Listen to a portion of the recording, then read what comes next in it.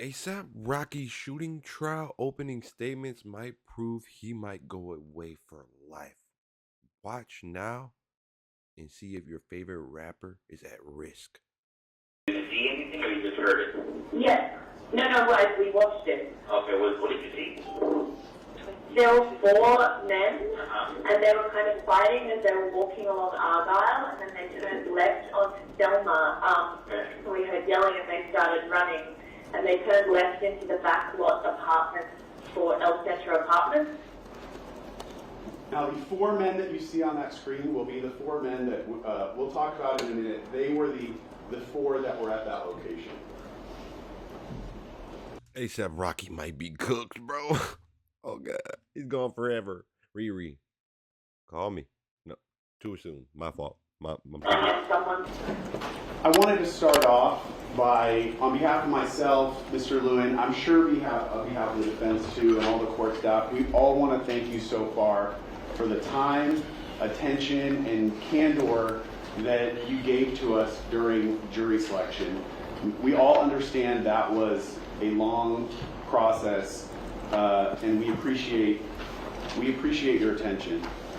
After going through that long process, I'm sure some of you are thinking, wow, this must be a difficult case, or this must be a really complicated case. And to be fair to you, if I was sitting in your position and I looked out on the number of jurors that we started with, or even the number of attorneys that are up here, I'd probably have the same thought myself. But what the evidence will show in this case, and what will become almost instantly clear, is that this is not a complicated case. The evidence will show that the events in this case were captured on surveillance video. I'm going to start this whole presentation out by playing the video for you. So you will have that frame of reference as we're talking about different features, the people that were involved, the locations that are involved, and what happened. You will already have seen the video. The first video that I'm going to show you was captured on November 6th of 2021 at around 10:10 p.m. just outside of a parking garage entrance, mid-block, so on Argyle, in the middle of Argyle, between Hollywood Boulevard and Selma. The second video that I'm going to show you was captured 7 minutes later, so at 10:17. It was, if we're being generous, 2 blocks, maybe 1 city block away from the first location, down Argyle, around Selma, at a small intersection called Selma and Vista Del Mar. So I'm going to play the first video for you, that outside of the parking lot.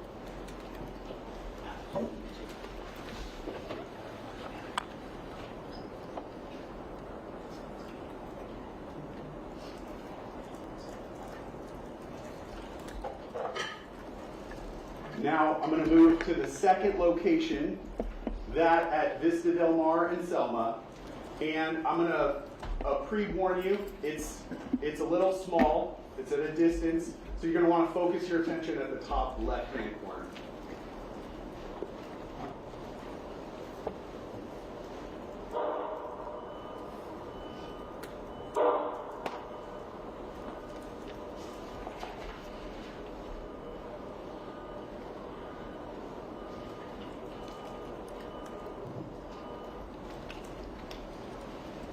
All right, now let's go over the details. As I said, the people that are involved, the location, and I'll give you an explanation of what you've seen on these 2 videos. This case takes place in the heart of Hollywood. This is the iconic Hollywood and Vine. The picture you see here is just a demonstrative picture of that intersection, but it's an iconic intersection in Hollywood. That intersection is about 1 block 1 block west and 1 block north of the crime scene. So for those of you who are familiar with Hollywood and that intersection, it's a pretty big landmark, and that's where I want to focus your attention. Now, the actual shooting in this case takes place on a much smaller street, Selma and Vista Del Mar. but this is the area around where that shooting took place. It is a very densely populated part of Hollywood, and there are some landmarks on there that you might be familiar with, just so that you can familiarize yourself with the location that we're talking about. The Capitol Records building at the top, the W Hotel, and a lot at the time that was full of cars. And it was ringed by a nightclub on the corner, a sound studio, a hotel, and 3 different apartment buildings right around. As I said, densely populated. This was also Saturday night. Saturday, November 6, 2021 at about 10 p.m. in Hollywood. This is a time that Hollywood is busy. Now that you understand kind of the locations that are involved, I want to start with how this case starts for LAPD.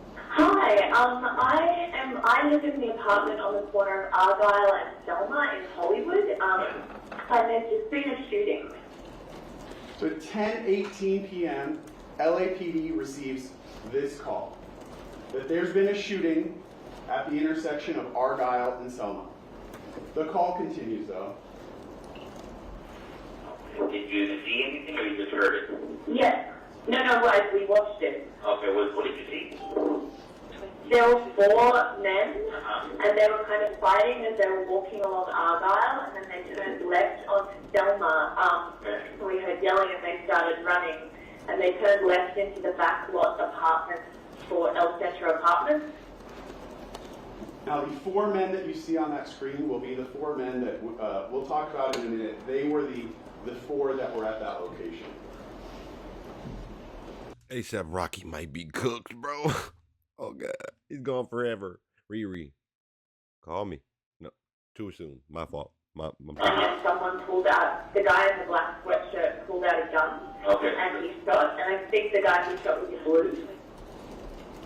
Now, the evidence in this case will be that the man in the black sweatshirt was the defendant, Rakeem Myers.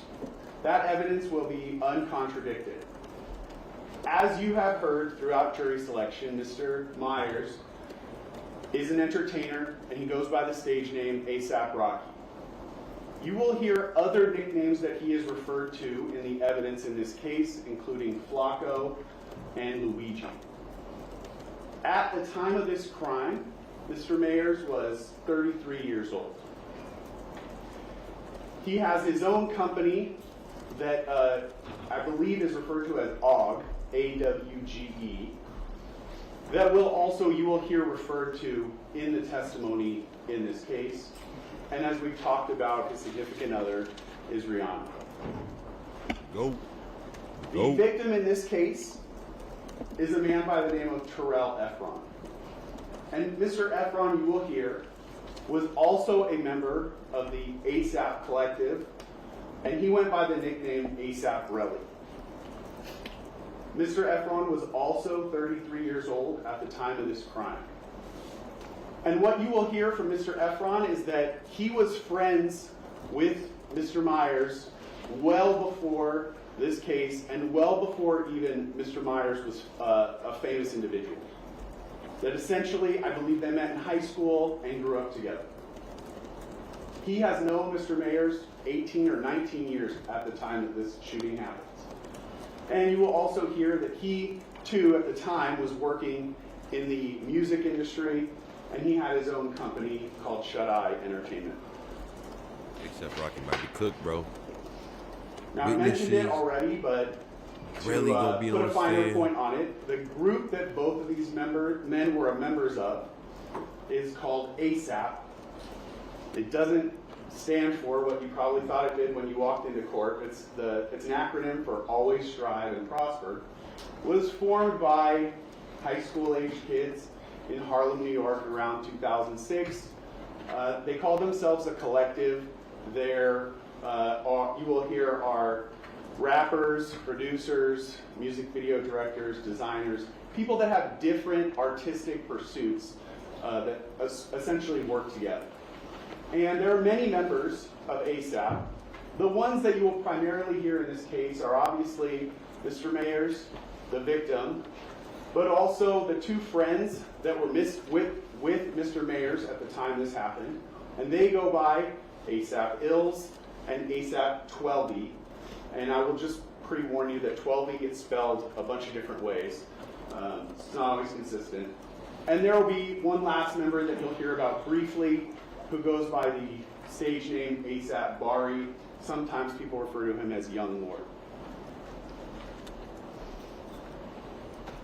As I said, the four main members of this group that you will hear about are these four men.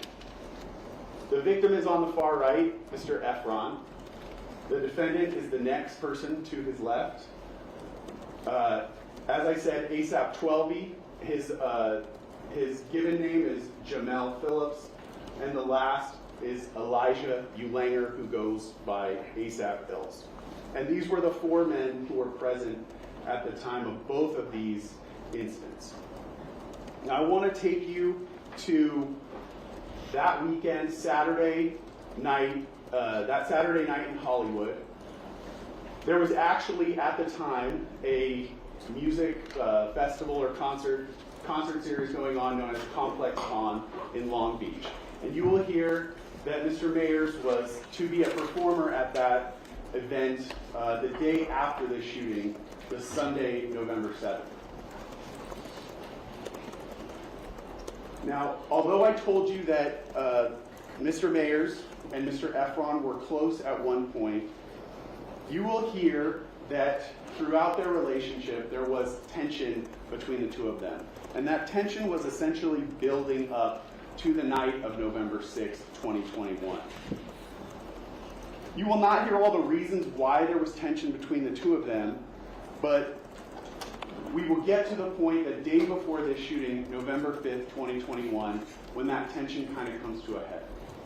But what happens on that day, Mr. Efron will tell you, is that he is in a car with that last member of the ASAP group that I talked about, ASAP Bari. The two of them are driving when ASAP Bari receives a phone call from Mr. Mayers.